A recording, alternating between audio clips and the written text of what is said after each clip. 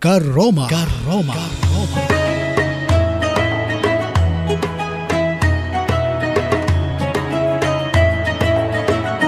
Kajian Ramadan penuh berkah. Karoma.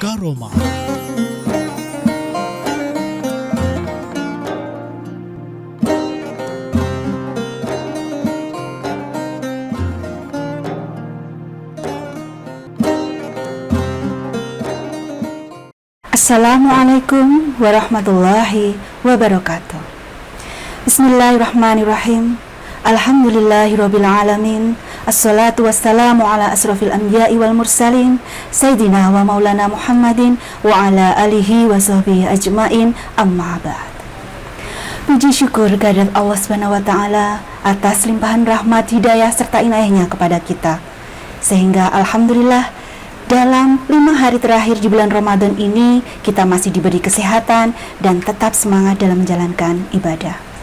Salawat serta salam senantiasa tercurah kepada junjungan kita Nabi Agung Muhammad Sallallahu Alaihi Wasallam. Mudah-mudahan kita sebagai umat beliau selalu bisa istiqomah mengikuti ajaran-ajaran dan sunnah-sunnah beliau, sehingga kelak kita tergolong ke dalam umatnya yang mendapatkan syafaat. Allahumma amin. Sahabat Fatayat dimanapun berada, bersama lagi kita dalam kajian Ramadan penuh berkah, Karomah. Pada kesempatan kali ini kita menghadirkan narasumber yang luar biasa. Beliau adalah Ibu Lulu Ifadah MSI. Beliau saat ini menjabat sebagai Ketua Program Studi Pendidikan Agama Islam di INISNU Temanggung.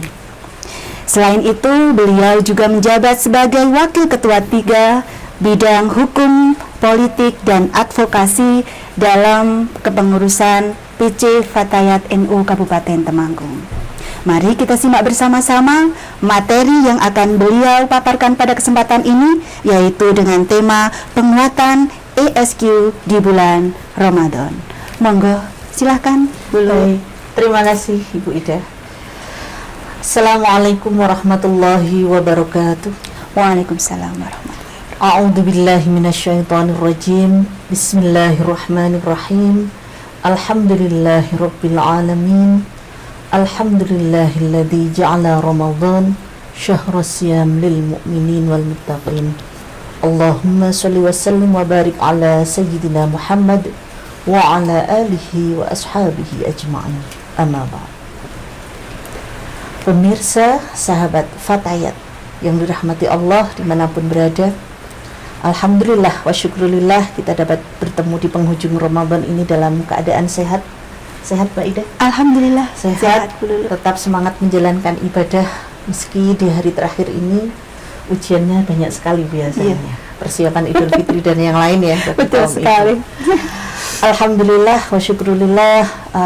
Tema kali ini saya ingin menyampaikan sedikit tentang bagaimana penguatan kecerdasan spiritual dan emosional pada bulan Ramadan. Kita tentu saja sudah tidak asing dengan istilah kecerdasan spiritual dan emosional, atau kalau kita familiar sering mendengarnya ketika kegiatan pelatihan ESQ dan yang lain. Namun topik kali ini coba saya relevansikan dengan kegiatan ibadah pada bulan Ramadan.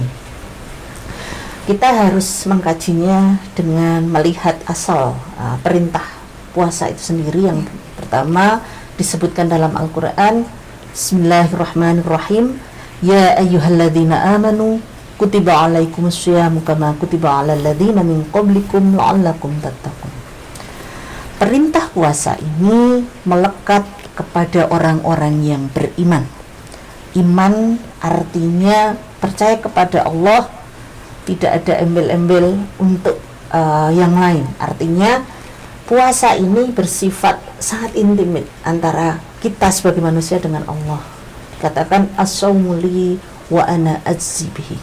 Puasa adalah ibadah untukku dan aku yang akan mengurus bagaimana orang-orang yang berpuasa padaku itu atas ganjarannya.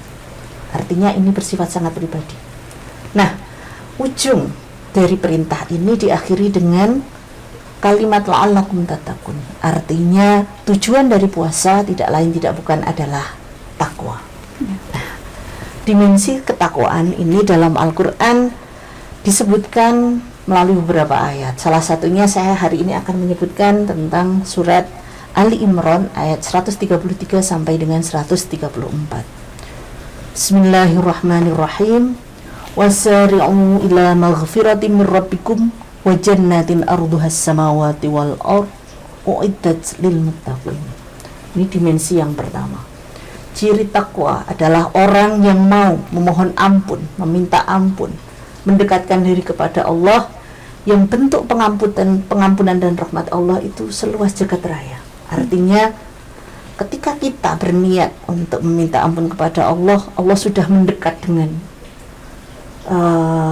kebanyaknya pengampunan yang akan Dia berikan kepada kita. Nah, dalam konteks ayat ini artinya inilah yang disebut dengan SQ, spiritual question, kecerdasan yang mengarah kepada kedekatan antara manusia dengan sang pemilik zat pemilik dirinya, kepada sang maha khalik. Nah, ini dimensi spiritual yang kemudian kita kaji di situ.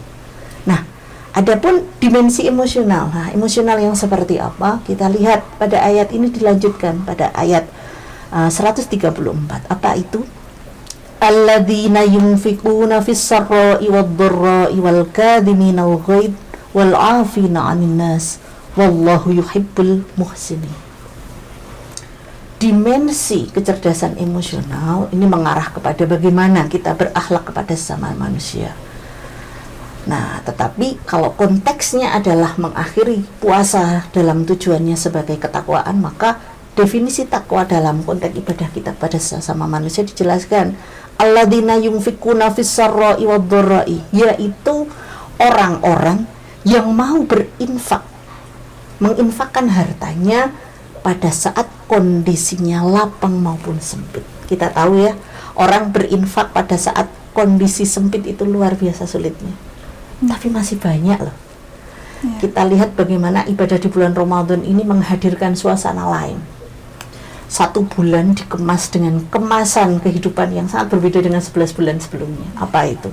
Kita lihat ya, suasana takjil, suasana keberkahan pembagian makanan, masjid ramai dengan sedekah berupa makanan, berupa uang, ada santunan, ada lantunan ayat Al-Quran. Ini sebuah suasana-suasana yang tidak selalu kita jumpai pada bulan-bulan yang lainnya. Dan termasuk orang-orang yang dalam kondisi ekonomi tidak baik, dia pun mau meluangkan uangnya untuk berinfak. Ini adalah bagian dari ciri takwa. Kalau yang berinfak ini orang yang berharta, tentu saja mudah dalam konteks keuangannya. Tapi ternyata belum tentu menjadi jaminan. Artinya ada banyak juga orang yang memiliki harta yang banyak tetapi malas atau bahkan tidak mau untuk menginfakkan hartanya. Oke. Ayat ini dilanjutkan, apa itu? Wal kadhiminal ghaidh, mampu menahan rasa jengkel. Nah, kita tahu puasa ini kan muaranya kalau secara lahiriah ini kan ada lapar, ada dahaga. Bahkan kita yang sudah memiliki pasangan dilarang untuk melakukan hubungan seksual. Nah, menahan lapar, dahaga seksual ini merupakan satu hal yang sulit. Buktinya ketika kita dalam kondisi lemas, lapar, haus, kita cenderung sensitif ya. Nah, makanya dimensi takwa yang kedua itu bagaimana sensitivitas kita ketika kita dikurangi nikmatnya untuk menahan tidak makan, tidak minum, tidak berhubungan seksual dengan pasangan, tapi kita mampu menahan rasa jengkel itu. Inilah takwa yang disebutkan di sana. Artinya konteksnya sabar. Ya.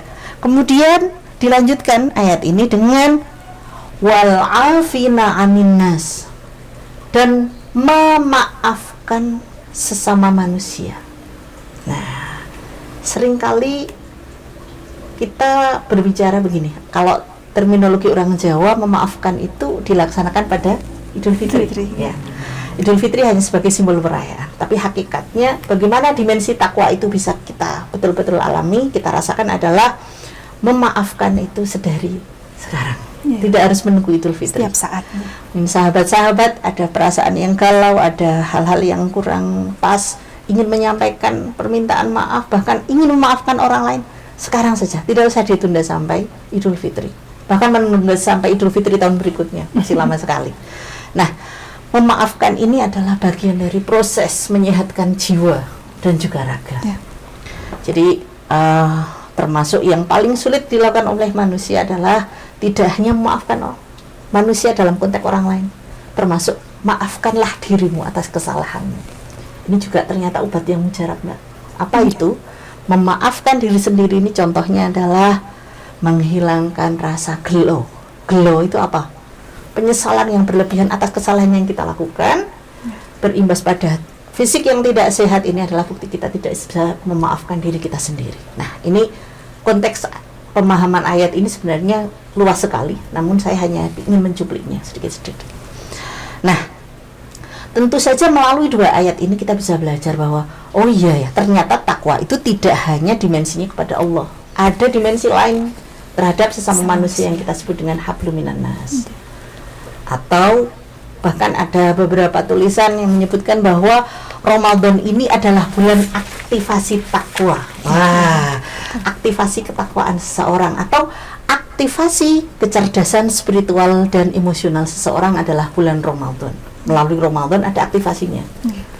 Jadi Ramadan itu kayak pelatihan, Mbak Ida. Pelatihan spiritual and emotional question bagi manusia. Mungkin Mbak Ida pernah mengikuti kegiatannya? Pernah, secara online. Oke, secara online. Nah, di sini mengapa dikatakan bahwa aktivasi kecerdasan spiritual dan emosional seseorang itu justru terlatih di bulan Ramadan? Kita tahu dalam metodologi pembiasaan atau penumbuhan karakter peserta didik ya, dalam konteks pendidikan kita tahu ada metode habituasi atau pembiasaan ya. Di Ramadan ini kita dilatih betul-betul pelatihan yang 24 jam non-stop. Bagaimana pola hidup kita dari mulai bangun tidur sampai dengan tidur lagi terpolakan berbeda dengan bulan-bulan sebelumnya atau 11 bulan yang lain. Apa itu? Biasanya yang bangunnya subuh berubah jadi bangun jam 3 untuk kita yang ibu-ibu. Langsung masak, menyiapkan makan sahur. Sampai tidur lagi, itu ritme hidup kita berbeda dengan sebelumnya ya. Yang biasanya tidak melakukan sholat jamaah sekarang lebih khusyuk ibadahnya, jamaahnya. Yang biasanya tidak melakukan one day one juice misalnya ya, saat tertentu saja membaca Al-Quran, akhirnya lebih giat membaca Al-Quran. Yang biasanya tidak melaksanakan ibadah sunnah di masjid pun sekarang lebih nyaman berada di masjid karena suasana Ramadan mendukung kita untuk itu. Artinya disitulah proses pelatihan kita itu dimulai dan kita alami selama 30 hari.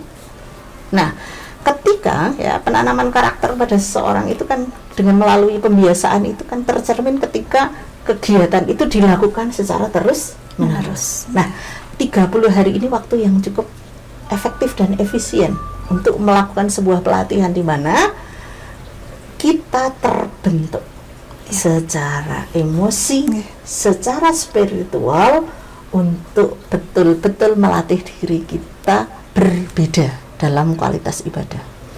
Nah, Imam Al-Ghazali menyampaikan bahwa ada beberapa tipe atau ada beberapa tahapan fase seorang yang berpuasa. Yang pertama adalah puasanya orang awam. Apa itu? Puasa yang sekedar menahan lapar, haus, dan hubungan seksual. Ini banyak secara umum ya, lebih banyak orang melakukan ini. Yang kedua adalah puasa dengan menahan haus, lapar, dan hubungan seksual ditambahkan dengan menghindari perbuatan dosa. Ini adalah level yang kedua. Ada usaha di luar yang sekedar lahiriah ini untuk bagaimana menghindari dosa dan lebih banyak mengamalkan hal yang baik. Nah, tapi ada juga level yang lebih tinggi dari itu. Apa itu? Yakni orang yang berpuasa dengan menjaga dua hal tadi ditambahkan dengan mampu mengatur ritme hati nuraninya untuk selalu dekat dengan Allah. Bahkan kalau istilahnya sekarang ada juga orang yang berpuasa tetapi masih tetap menghujat, masih tetap ngerumpi, masih tetap senang marah. Kita tahu ya, kemarin beberapa hari ini selama bulan Ramadan pemberitaan di media kita lihat tidak berhenti yang namanya ada pembunuhan orang tua, anak membunuh orang tua kandungnya, ada kasus pelecehan seksual, ada penggerbekan di hotel bulan puasa loh. Bulan puasa. Ini artinya apa? Masih ada sebagian orang yang masih memahami puasa itu hanya sebagai ibadah ritual biasa. Iya. Tidak memahami puasa sebagai nilai, sebuah nilai yang memang seharusnya ini loh, saya sedang melatih diri saya betul-betul merupakan seorang yang menjadi peserta pelatihan training ISK untuk membentuk kepribadian saya melalui pembiasaan ibadah baik. Nah, karena ketika orang tidak menyadari itu, akhirnya ya puasa ya bukan dimensinya kepada Tuhan lagi, tapi wilayahnya adalah ya saya membuktikan kalau saya nggak makan dan nggak minum saja. Ya. Tapi perbuatan saya ya terserah saya. Nah, ini yang kemudian masih menjadi banyak tantangan bagi kita ya, bagi khususnya kita sebagai PC Fatayat, bagaimana sih mengajak kepada orang lain untuk bisa memaknai puasa itu tidak sekedar lahiriah, tapi juga secara batiniah. Ya. Nah, ini yang kemudian ternyata bisa kita simpulkan bahwa puasa itu mengaktifasi, menghidupkan kembali kecerdasan spiritual dan emosional seseorang melalui kegiatan harian yang betul-betul tersistem, terstruktur, terlaksana dengan sangat baik, bernafaskan ajaran Islam bagi yang melakukan. Nah, bagi yang belum, nah ini PR kita bersama. Karena tanggung jawab atas ibadah itu tidak hanya melekat pada diri kita pribadi, tetapi tetap juga kita harus memiliki kewajiban mengajak. Nah, mari kita berbenah di bulan Ramadan ini, semoga betul-betul momen ibadah bulan Ramadan ini mampu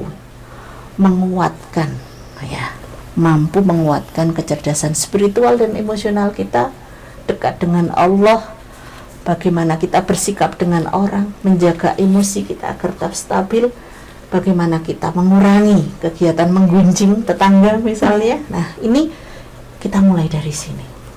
Semoga di akhir bulan Ramadan ini bukan menjadi akhir dari pelatihan yang kemudian tidak ada dampaknya. Ya, tentu saja akhir dari sebuah pelatihan ini, atau kita anggap Ramadan ini sebagai pelatihan kita menuju sosok pribadi yang lebih baik, ini diakhiri dengan apa? Ada outcome, tidak sekedar output bahwa kita lulus Ramadan dengan melakukan puasa dan ibadah sunnahnya dengan baik saja, tapi setelahnya, setelah Ramadan ini kita bertemu dengan bulan Syawal. Syawal artinya adalah peningkatan. Berarti ibadah yang sudah baik kita lakukan di bulan Ramadan ini harus kita lanjutkan sebagai bentuk manifestasi keberhasilan pelatihan kita selama 1 bulan nih. Kita berhasil nih ditingkatkan. Nah, kita tingkatkan dengan cara apa? Meningkatkan amal-amal yang sudah kita lakukan, kita biasakan di bulan Ramadan selama 30 hari ini untuk kita terapkan di bulan Syawal. Bagaimana dengan bulan yang lainnya? Harapannya 1 bulan ini menginspirasi 11 bulan yang akan datang sampai bertemu dengan Ramadan lagi. Seperti itu, Bu Ida. Jadi ini yang kemudian membuat saya tertarik sekali untuk mengkaji bagaimana konsep ISK ini ternyata sangat luar biasa dapat tercermin melalui ajaran-ajaran Islam ini. Konsep spiritualitas kita ini ketika di bulan Ramadan terasa beda ya. Rasanya ya beribadah beda ya di bulan Ramadan, ada perasaan berbeda, ada kerinduan, ada bahkan kebahagiaan menyambutnya.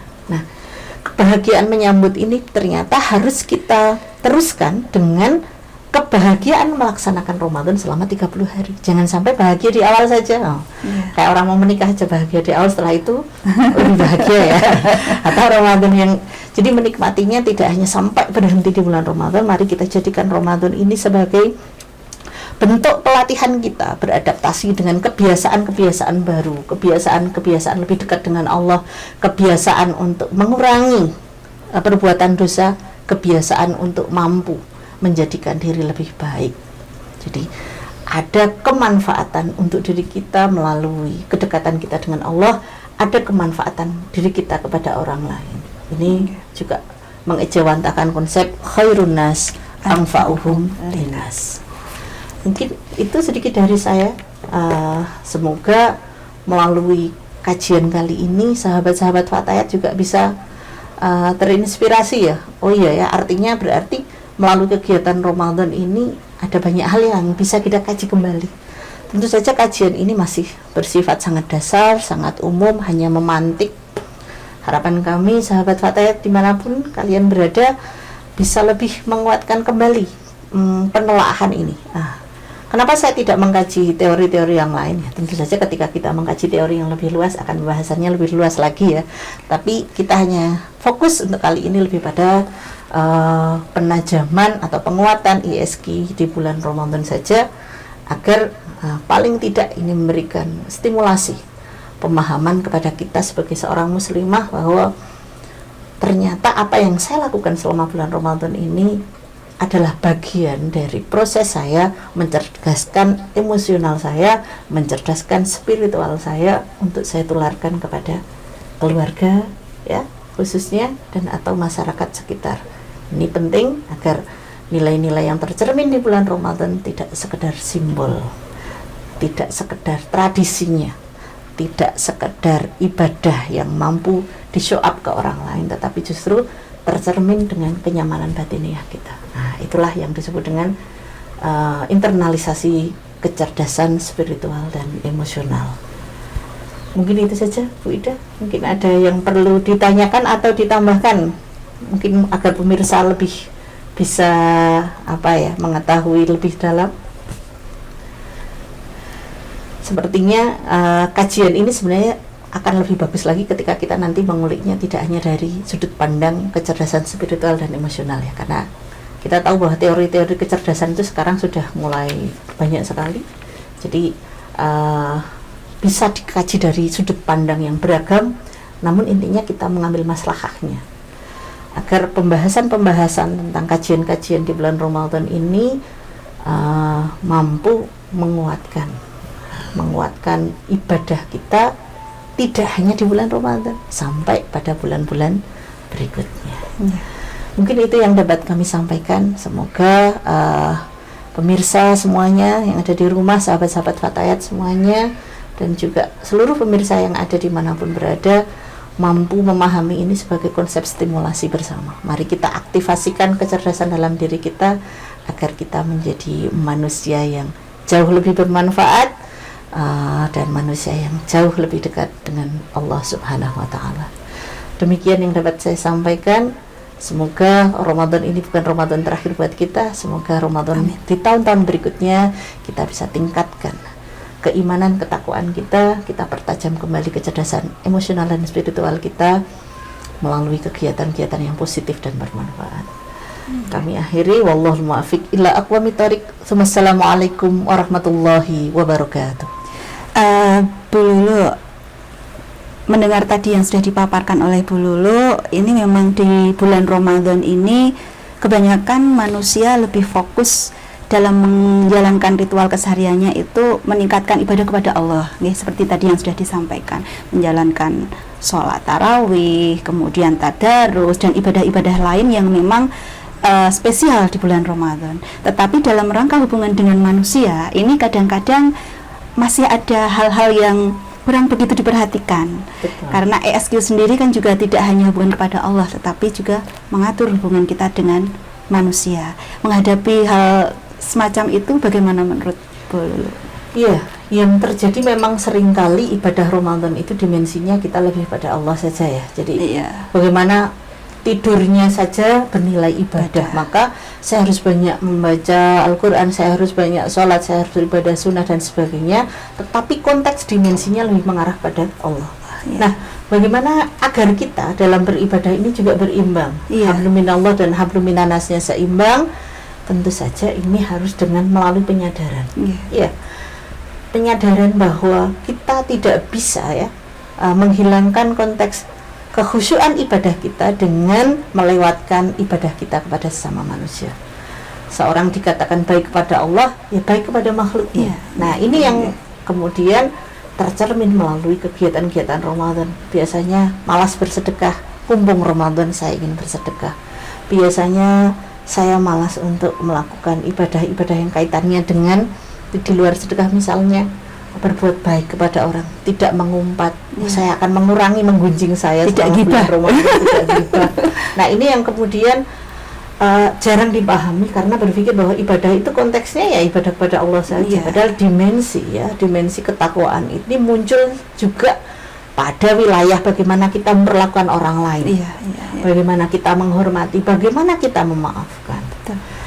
Bahkan kita juga perlu membenahi bersama bagaimana besok ketika kita melaksanakan Idul Fitri ini jangan sampai salah niat. Seringkali niat Idul Fitri itu pengen pamer baju baru, pamer kursi di rumah baru, pamer toplesnya isi makanannya banyak. Ini juga tentu saja kita bisa membuat atau merujuk pada pernyataan man kana yu'minu billahi wal yaumil akhir falyukrim dhaifahu. Mari kita niatkan ya Idul Fitri dengan open house, ya, memberikan hidangan, memberikan kenyamanan kepada orang yang bertamu di rumah kita besok itu diniatkan untuk menghormati tamu, karena ini adalah bukti bahwa kita beriman kepada Allah dan Rasul-Nya. Nah, bahwa ternyata menghormati tamu yang hadir ini adalah ciri dari kita beriman pada Allah. Artinya disitulah juga dimensi kecerdasan emosional kita terlatih. Bagaimana kita nyuguhi ya, atau menghormati kehadiran tamu itu bukan dasar atas keinginan kita untuk riak dengan apa yang sudah kita miliki atau tahadus binikmatillah, tapi niatnya nggak keliru nih, pengen perlihatkan nih loh aku dikasih banyak sama Allah nih, buktinya saya bisa memberikan sajian seperti ini. Tapi justru mari kita kembalikan niat beridul fitri nanti juga liikrom doif, untuk memuliakan tamu sebagai bagian dari ciri keimanan kita kepada Allah. Insya Allah kalau dimensi spiritual dan emosional itu seimbang, orang akan lebih bisa memahami hidup dengan lebih sabar. Betul. Termasuk cerminan dari konteks dimensi spiritual itu, Mbak, salah satunya adalah mampu mengambil hikmah dari semua kejadian. Ini adalah dimensi spiritual. Mengapa ada orang yang ketika diuji putus asa, bahkan ada yang bunuh diri, ya, kasus anak SD yang bunuh diri karena nggak punya uang, orang tuanya nggak bisa membelikan buku. Ini kita harus bertanggung jawab juga atas kasus itu agar jangan sampai terjadi lagi di anak-anak kita yang lain, dengan bagaimana memberikan penjelasan bahwa rahmat Allah yang begitu luas. Ketika kita tidak bisa mencapai apa yang kita inginkan hari ini, artinya ada hikmah bahwa kita akan meraihnya di hari lain dengan waktu yang lebih tepat. Allah selalu memberikan sesuatu yang terbaik tepat sesuai waktu yang diinginkan. Nah, makanya terkadang kita itu seringkali tidak terlalu dekat dengan Allah itu karena merasa kok doa saya nggak dikabulkan ya. Nah, ini bagian dari dimensi spiritual kita yang belum terasah dengan baik. Ketika doa kita belum dikabulkan dalam konteks spiritual kita, maka kecerdasan spiritual kita itu harus mampu memberikan kesimpulan, oh mungkin belum saatnya. Oh mungkin diganti dengan hal yang lebih baik oleh Allah. Doa saya kepingin dapat ini, ternyata Allah memberikan ini karena yang lebih baik. Nah, maka dimensi husnudzon kepada Allah ini juga merupakan dari penciri dari spiritualitas kita. Ya, kalau dalam teorinya Ari Ginanjar Agustian ada konsep 165, 1 itu ihsan, 6 itu rukun iman, dan 5 itu rukun Islam. Nah, ini yang kemudian tercermin bagaimana ketika kita mengimani Allah, artinya kita mengimani qadha dan qadarnya. Ikhlas, bisa menerima, bisa mengambil hikmah dari semua kejadian adalah bagian dari konsep internalisasi kecerdasan spiritual manusia. Mungkin seperti itu yang dapat saya sampaikan, Mbak Ida. Ya, terima kasih sekali. Mungkin untuk closing statement dari saya sedikit mungkin ya, bahwa ISQ di bulan Ramadan ini ternyata menemukan waktu masa aktivasinya. Artinya mari kita gunakan bulan Ramadan ini sebaik-baiknya agar kecerdasan spiritual dan emosional kita betul-betul tergali dengan baik, dan jangan hanya berhenti di Ramadan ini. Mari kita lanjutkan di bulan Syawal sebagai bulan peningkatan amal, dan kita teruskan, bahkan kita tingkatkan kembali pada 10 bulan berikutnya agar kita bertemu lagi dengan Ramadan di tahun depan dengan posisi takwa yang jauh lebih meningkat. Mungkin itu dari saya. Terima kasih sekali Bu. Sama-sama Mbak Ida, terima Nggih. kasih atas kesempatannya. Nggih. Demikian kajian Ramadan penuh berkah kali ini dengan tema penguatan ISQ di bulan Ramadan telah disampaikan secara panjang lebar oleh narasumber kita, oleh pemateri kita, Ibu Lulu Ifada. Banyak hal yang bisa kita ambil dari apa yang tadi beliau sampaikan. Di antaranya ternyata perlu kita sadari betul bahwa bulan Ramadan ini sebagai ajang pelatihan bagi kita. Mudah-mudahan setelah kita melaksanakan pelatihan selama 30 hari di bulan Ramadan ini, selanjutnya di bulan Syawal segalanya lebih meningkat menjadi lebih baik. Mungkin itu saja Bu Lulu, sekali lagi saya ucapkan terima kasih. Mohon maaf atas segala kekurangan. Demikian pemirsa, sahabat Fataya dimanapun berada, di hari akhir Ramadan ini mungkin kita bisa sambil menyampaikan, sebentar lagi kita akan bertemu dengan bulan Syawal. Masya Allah, kita manfaatkan momen ini untuk juga memohon maaf. Mudah-mudahan kita diberikan kemudahan sampai dengan akhir bulan Ramadan ini, sehingga di bulan Syawal besok kita benar-benar kembali menjadi pribadi yang lebih baik lagi. Amin. Kita sekaligus mengucapkan selamat Hari Raya Idul Fitri. Mohon maaf lahir dan batin. Demikian kajian Ramadan penuh berkah kali ini dari kami. Apabila ada kekurangan kami mohon maaf yang sebesar-besarnya. Kami akhiri, wallahul muwaffiq ila aqwamit thoriq. Wassalamualaikum warahmatullahi wabarakatuh. Waalaikumsalam warahmatullahi wabarakatuh. Karomah, kajian Ramadan penuh berkah dipersembahkan oleh PC Fatayat NU Kabupaten Temanggung.